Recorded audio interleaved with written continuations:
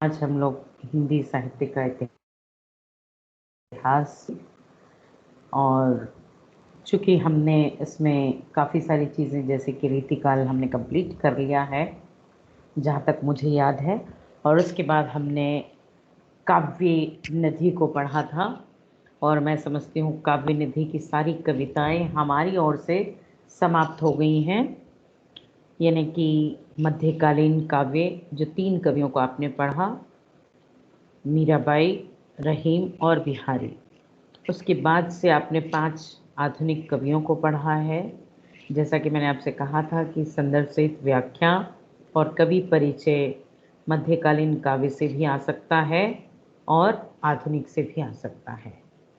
संदर्भ सहित व्याख्या दोनों में से आ सकते हैं, किंतु कवि परिचय भी दोनों में से आ सकते हैं, किंतु सारांश केवल आधुनिक काव्य से ही आएगा।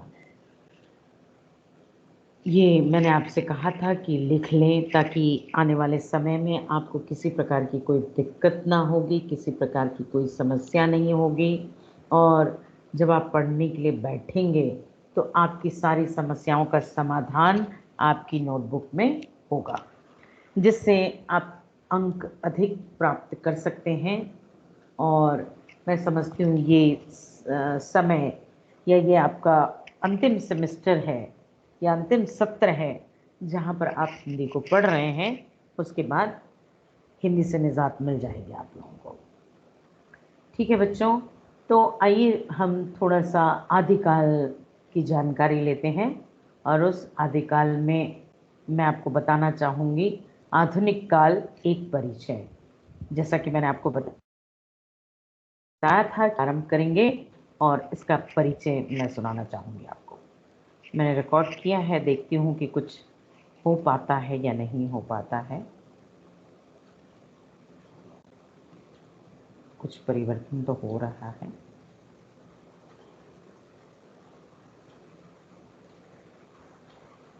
जी, ध्यान से सुनिएगा। आधुनिक काल एक परिचय। हिंदी के प्रसिद्ध आलोचक आचार्य रामचंद्र शुक्ल ने हिंदी साहित्य के आधुनिक काल का प्रारंभ संवत 1900 से माना है। वस्तुतः भारतेंदु हरिश्चंद्र जी से ही हिंदी साहित्य में नवयुग की चेतना के दर्शन होते हैं। उन्होंने हिंदी साहित्य की धारा को श्रृंगारकालीन परंपराओं और रूढ़ियों के बंधन से मुक्त कर राष्ट्रीयता और समाज सुधार आदि की नई दिशा की ओर प्रवाहित किया। अतः सन 1850 से लेकर 1925 तक का समय आधुनिक हिंदी साहित्य का संक्रांति या संधि काल है। आधुनिक शब्द के 2 अर्थ हैं। मध्यकाल से भिन्नता और नवीन भौतिकवादी दृष्टिकोण की सूचना देता है। आधुनिक शब्द अपने आप में विशेष है। मध्यकाल जड़ता तथा रूढ़िवादिता के कारण एक रस हो चुका था। एक विशिष्ट ऐतिहासिक प्रक्रिया ने उसे पुनः गत्यात्मक बनाया। मध्यकालीन जड़ता और आधुनिक गत्यात्मकता को साहित्य के माध्यम से समझा जा सकता है। रीतिकालीन काव्य श्रृंगार रस से आप्लावित था। यह कविता दरबारी मनोवृत्ति की प्रतीक थी।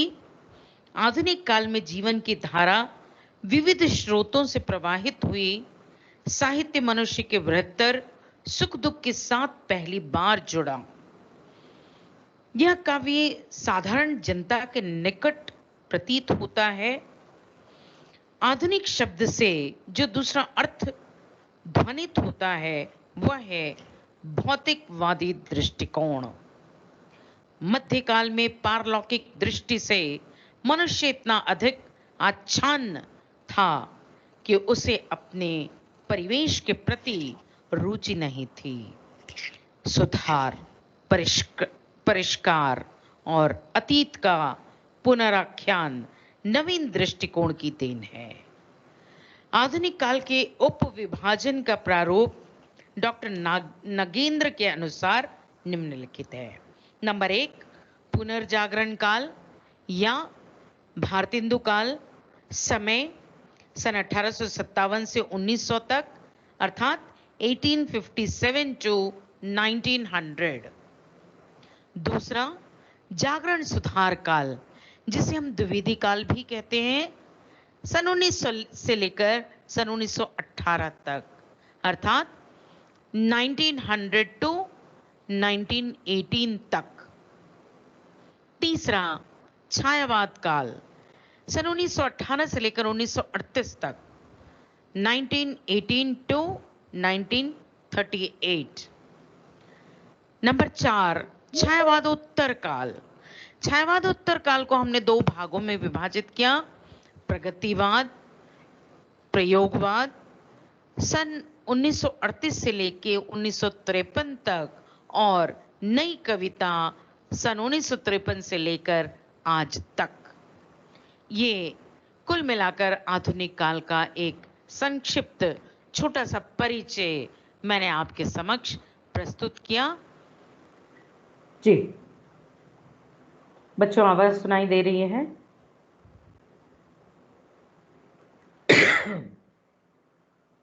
Yes student? जी मैम। जी देखिए बच्चों, इसमें मुख्य बातें जो आपको ध्यान देनी है वो ये हैं कि आधुनिक काल को हम लोगों ने कुल मिलाकर 4 भागों में विभाजित किया है। आधुनिक काल में आने के बाद परिस्थितियां बदलने लगीं, समस्याएं बदलने लगी और कहीं ना कहीं कुछ अच्छा सा परिवर्तन होने लगा। उस परिवर्तन के आधार पर विचारकों ने, साहित्यकारों ने इसे 4 भागों में मुख्य रूप से बांटा है। पहला है भारतेंदु काल, जिसे हम पुनर्जागरण काल कहते हैं। बच्चों, पुनर्जागरण का अर्थ होता है फिर से उठना, दोबारा जागना। पुनर्जागरण अर्थात दोबारा से उठना। जब हम गिर जाते हैं तभी दोबारा से उठते हैं, और आधुनिक काल में हम भारतीयों के पास और कोई चारा ही नहीं था, हमें बस उठना ही था, और इसीलिए इस समय को पुनर्जागरण काल की संधि से विभूषित किया जाता है। भारतेंदु युग इसलिए कहा गया है कि भारतेंदु ने साहित्य की नई नई विधाओं को जन्म दिया और उन्होंने बड़ी ईमानदारी से साहित्य का सृजन किया, जिसका समय 1857 से लेकर 1900 तक है, अर्थात 1857 टू 1900 तक। ये पॉइंट्स नोट करते जाइएगा, बाद में जब आप नोट्स लिख रहे हैं आपको ये सारी चीज़ें बहुत सारी कुछ दे सकती हैं, ताकि आप बहुत अच्छे अंकों की प्राप्ति कर सकें। दूसरा काल जो है, जिसको हम कहते हैं जागरण सुधार काल या द्विवेदी युग। बच्चों, मुझे याद है कि जब मैं आधुनिक कविताएं आपको पढ़ा रही थी उस समय पर भी मैंने इसका जिक्र किया था, लेकिन उस समय इसका जिक्र केवल और केवल नाममात्र था, किंतु इस समय हमें इसकी पूर्ण आवश्यकता है। द्विवेदी काल का समय हम लोग निर्धारित करते हैं सन 1900 से लेकर 1918 तक, और उसके बाद हम छायावाद काल तीसरे नंबर पर जो आता है उसको हम कहते हैं छायावाद। छायावाद काल अर्थात छायावाद का समय, जहाँ पे प्रमुख रूप से आपने 4 कवियों को पढ़ा, पंत, प्रसाद, निराला, महादेवी। ये चारों छायावाद के 4 आधार स्तंभ के समान है। इसका समय रहता है सन 1918 से लेकर 1938 तक का। इस मध्य जितनी भी रचनाएं हुई हैं या जितनी भी काव्य रचनाएं हुई हैं, उन सब में छायावादी प्रवृत्ति आपको दृष्टिगोचर होती है।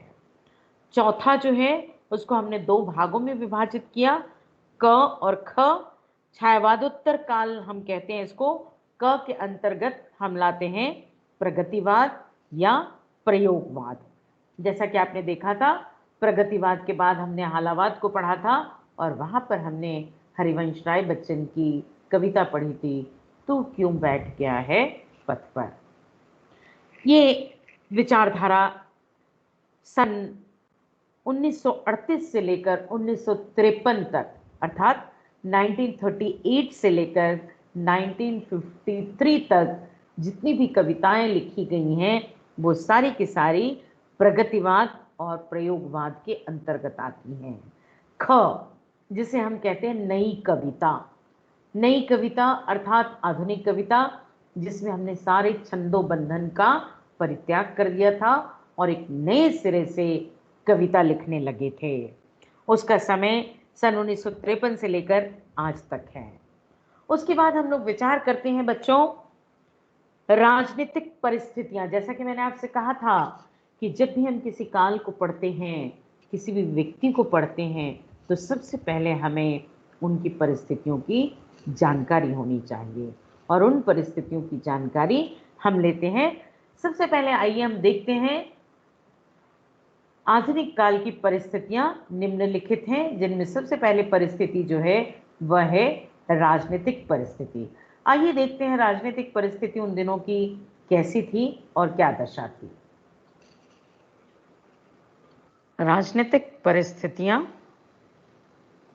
इस युग के साहित्य की राजनीतिक पृष्ठभूमि में ईस्ट इंडिया कंपनी के राज्य की स्थापना, प्रथम स्वतंत्रता संग्राम, भारत में विक्टोरिया शासन की प्रतिष्ठा, इंडियन नेशनल कांग्रेस की स्थापना, बंग भंग मार्लो मिंटो सुधार द्वारा सांप्रदायिक निर्वाचन प्रणाली, प्रथम महायुद्ध, रॉयल्ट एक्ट, जालियांवाला बाग हत्याकांड, गांधी का असहयोग आंदोलन, स्वराज्य पार्टी की स्थापना, जिन्ना का कांग्रेस से पृथक पृथक होना तथा मुस्लिम लीग में सम्मिलित होना।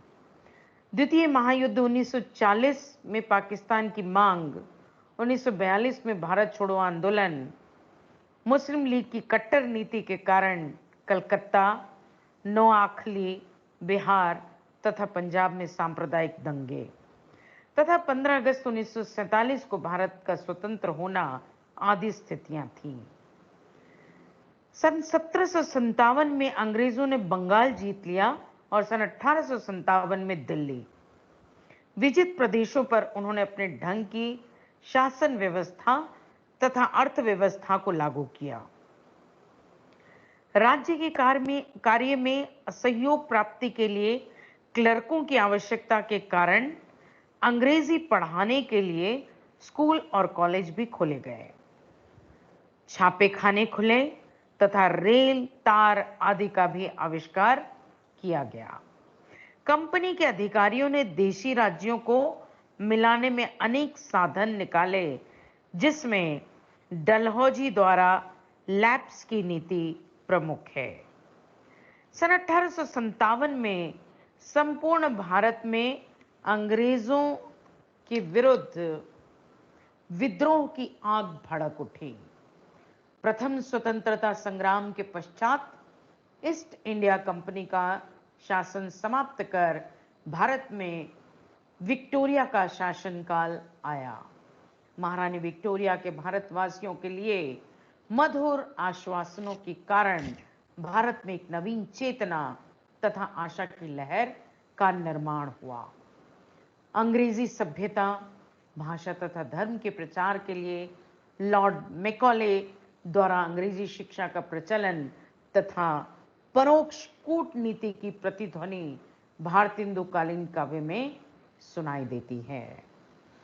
अंग्रेजी राज सुख साज सजे सब भारी, पै धन विदेशी चली जाति यही अति ख्यारी।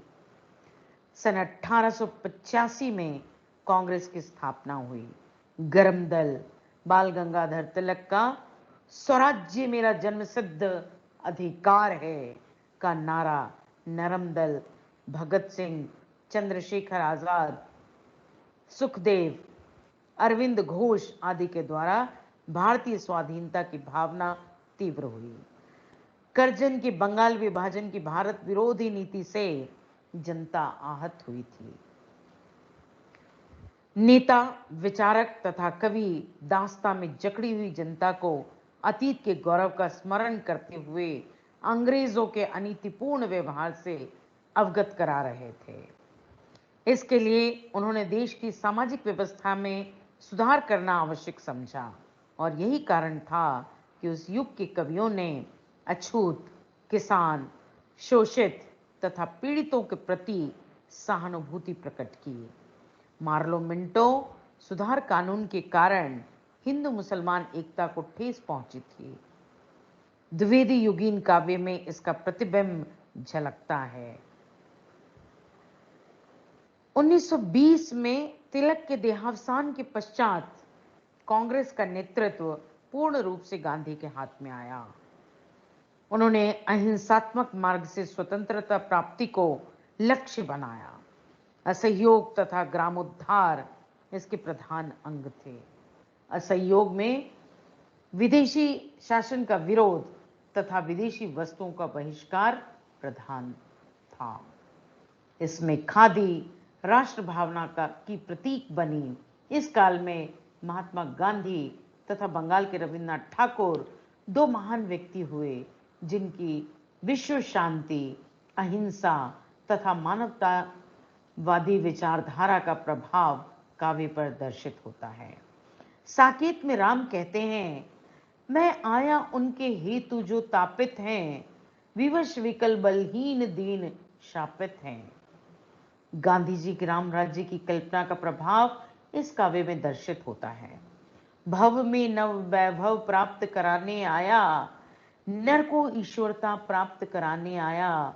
संदेश यहाँ मैं नहीं स्वर्ग का लाया, इस भूतल को ही स्वर्ग बनाने आया।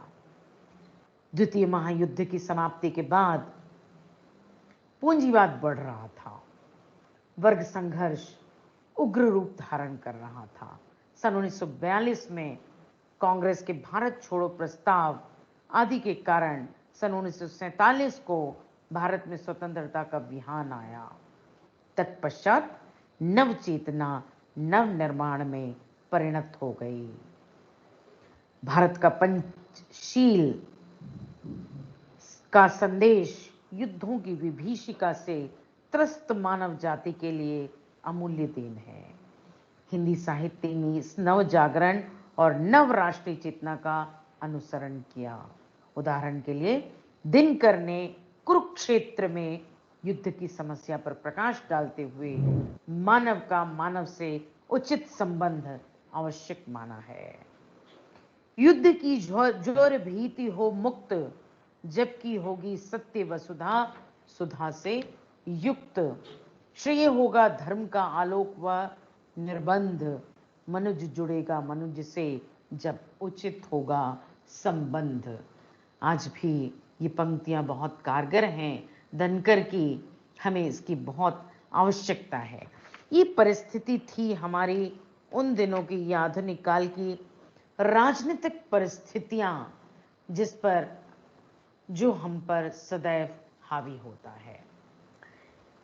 विद्यार्थियों, जैसा कि आप जानते हैं कि सभी परिस्थितियां हमारे जीवन में पूर्ण रूपेण हावी हो जाती हैं और हमें उसके इर्द गिर्द चक्कर लगाना पड़ता है। तो आपने देखा कि उस समय की परिस्थितियां, आपने सुना कि कैसी परिस्थितियां थी, कैसी दशाएं थी। और सन 1920 में जब तिलक ने बड़े अच्छे से संभाल के रखा था इस देश को, और तब उन्होंने ये कहा था कि स्वराज्य मेरा जन्म सिद्ध अधिकार है। बच्चों, ये नारा बहुत ही सुंदर नारा उन्होंने दिया था हमें, और उसमें उन्होंने कहा था कि हमें अपनी स्वतंत्रता के प्रति पूर्ण रूपेण जागरूक रहना चाहिए। 1920 में जब इनका देहावसान होता है, उस समय पर सारी बागडोर महात्मा गांधी के हाथों में आ जाती है, और वहाँ से आरंभ होता है जहाँ पे दो लोग मिलकर, जो दो महान व्यक्ति थे, जिन्होंने कहा खादी ही हमारे देश की सबसे बड़ी संपत्ति होगी। और दूसरे थे रविन्द्रनाथ टैगोर, जिन्होंने कहा विश्व शांति की बात की है, विश्व शांति, अहिंसा की बातें की हैं, मानवतावादी विचारधारा, और ये सारी बातें आपको देखने को मिलती हैं जहाँ पे गांधी जी राम से निवेदन करते हैं और राम उनसे स्वयं कहते हैं, भव में नव वैभव प्राप्त कराने आया। कहते हैं कि जब जब अत्याचार बढ़ता है तब किसी न किसी रूप में भगवान स्वयं इस धरती पर जन्म लेते हैं। और यहाँ पर राम स्वयं कह रहे हैं, भव में नव वैभव प्राप्त कराने आया, नर को ईश्वरता प्राप्त कराने आया। संदेश यहाँ मैं नहीं स्वर्ग का लाया, इस भूतल को ही स्वर्ग बनाने आया। देखिए विद्यार्थियों, इसमें कितनी गहराई है, जहाँ पे राम स्वयं कहते हैं कि मैं स्वयं इस धरती को स्वर्ग बनाने के लिए आया हूँ। मैं वहाँ का संदेशा नहीं लाया, मैं इस धरती को स्वर्ग बनाना चाहता हूँ, जिसे हम भारत की धरती कहते हैं। और उसके बाद सन 1942 में भारत छोड़ो आंदोलन चला और बड़े भाग्यशाली हम थे कि 150 वर्षों तक अंग्रेज़ों के राज्य से हमें मुक्ति मिली 15 अगस्त 1947 के दिन। और उस समय पर भी दिनकर के विचार कुछ ऐसे ही थे। वे कहते थे, मनुष्य को मनुष्य से मनुष्य का संबंध जोड़ना चाहिए। अर्थात मनुष्य यदि मनुष्य से संबंध नहीं जोड़ेगा तो वह बिल्कुल पशु की भांति अपना जीवन व्यतीत करेगा, जिसमें कुछ भी नहीं है, आया और चला जाएगा। इस प्रकार की बातें उन्होंने कहा। मनुज जोड़ेगा मनुज से जब उचित संबंध, संबंधों की बात की गई है। बच्चों, हम समझते नहीं हैं संबंध हमारे लिए कितने आवश्यक होते हैं। क्यों हम उसी घर में जन्म लेते हैं, क्यों हम मुकेश अंबानी के घर में नहीं जन्मे हैं? क्योंकि हमारा संबंध कहीं और से है। और जो व्यक्ति इन संबंधों को जान जाता है, दिनकर जी ने कहा कि वह व्यक्ति सचमुच स्वर्ग का भागीदार हो जाता है। स्वर्ग और नर्क कहीं और नहीं, बल्कि सब कुछ यहीं पर है। यहीं हमें सारा कुछ भोगना पड़ता है। अगर आप कोई भी वस्तु ऊपर की तरफ फेंकेंगे तो वो नीचे ही आएगा। और ये तो बहुत से लोगों ने सिद्ध कर दिया, वैज्ञानिकों ने सिद्ध कर दिया, साहित्यकारों ने सिद्ध कर दिया। ये विचारधारा थी उस समय की राजनीतिक परिस्थिति। आइए हम लोग एक और विचार करते हैं सामाजिक परिस्थिति पर, जहाँ पे सामाजिक और धार्मिक परिस्थितियाँ उस समय की कैसी थी। तत्कालीन समाज में सुधार के लिए ब्रह्म समाज, आर्य समाज, प्रार्थना समाज, थियोसॉफिकल सोसाइटी,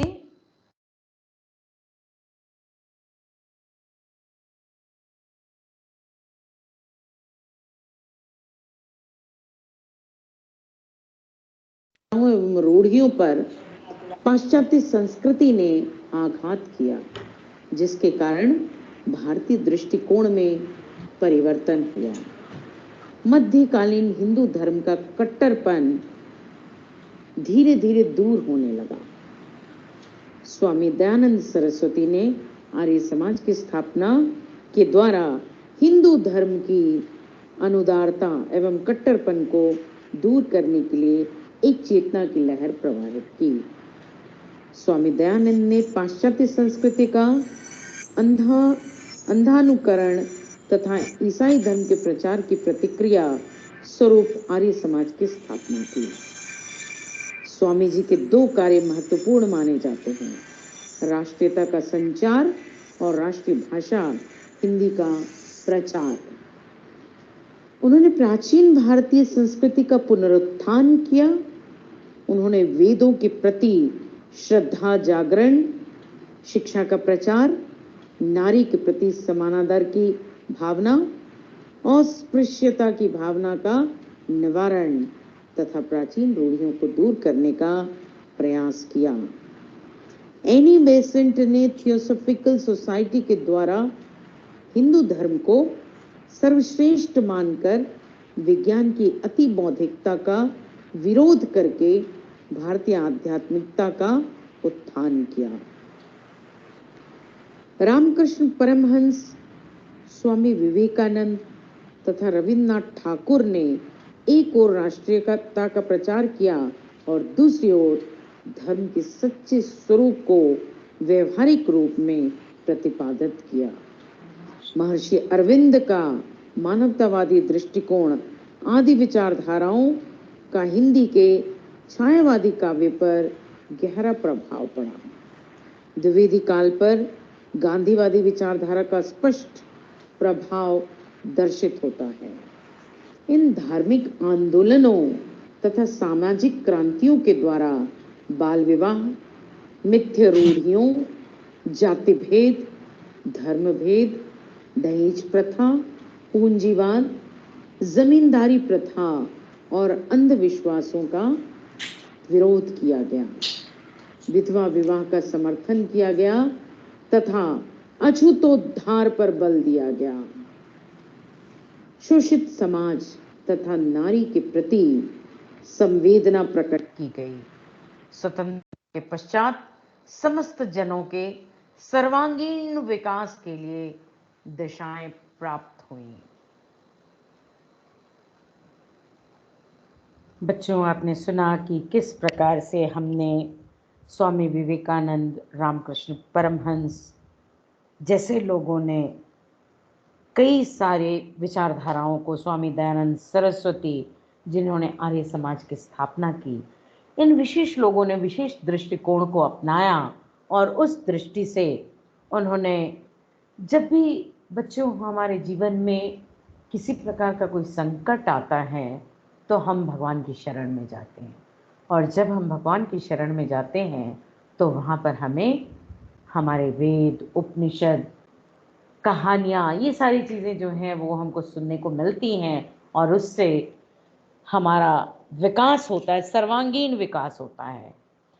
समाज का विकास ही हमारा विकास है। समाज के विकास के लिए हमें अपने घर का विकास करना होगा, हमें अपने समाज का विकास करना होगा, तभी हमारे राज्य का विकास होगा, और जब राज्य का विकास होगा तभी देश का विकास होगा, और जब देश का विकास होगा तो समस्त विश्व का ही विकास होगा। आज की परिस्थितियां आपके समक्ष हैं और आप देख रहे हैं कि जितने भी देश के लोग हैं, जिनसे जितना बन पड़ता है, हमारी परिस्थितियों में, हमारी आपातकालीन परिस्थितियों में हमारी मदद की जा रही है। क्यों की जा रही है? क्योंकि हमने भी तो मानवता दिखाई थी, और मानवता के लिए, मानव के लिए मानव का धर्म ही मानवता से विशेष महत्वपूर्ण है।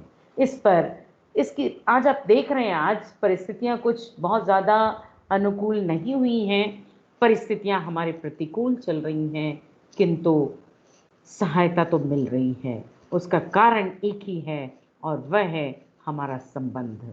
देश विदेश के, मैं समझती हूँ कि करीबन 60 देशों से इन 10 वर्षों में हम लोगों ने बड़े अच्छे संबंध स्थापित किए, और आज जब हमारी परिस्थिति बड़ी दयनीय है तो सभी देश के लोग, चाहे वो छोटा देश हो या बड़ा देश हो, थोड़ा कर सकते हैं, ज़्यादा कर सकते हैं, लेकिन हमारी मदद के लिए खड़े हैं।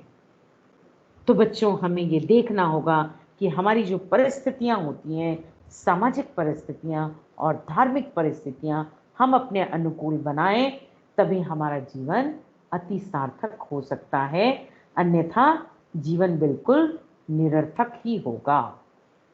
ये विचारधाराएं आपने देखी, और आज कुल मिलाकर हमने आधुनिक काल का परिचय देखा, आधुनिक काल का विभाजन देखा, राजनीतिक परिस्थितियां देखी, और उसके बाद सामाजिक तथा धार्मिक परिस्थितियां देखी।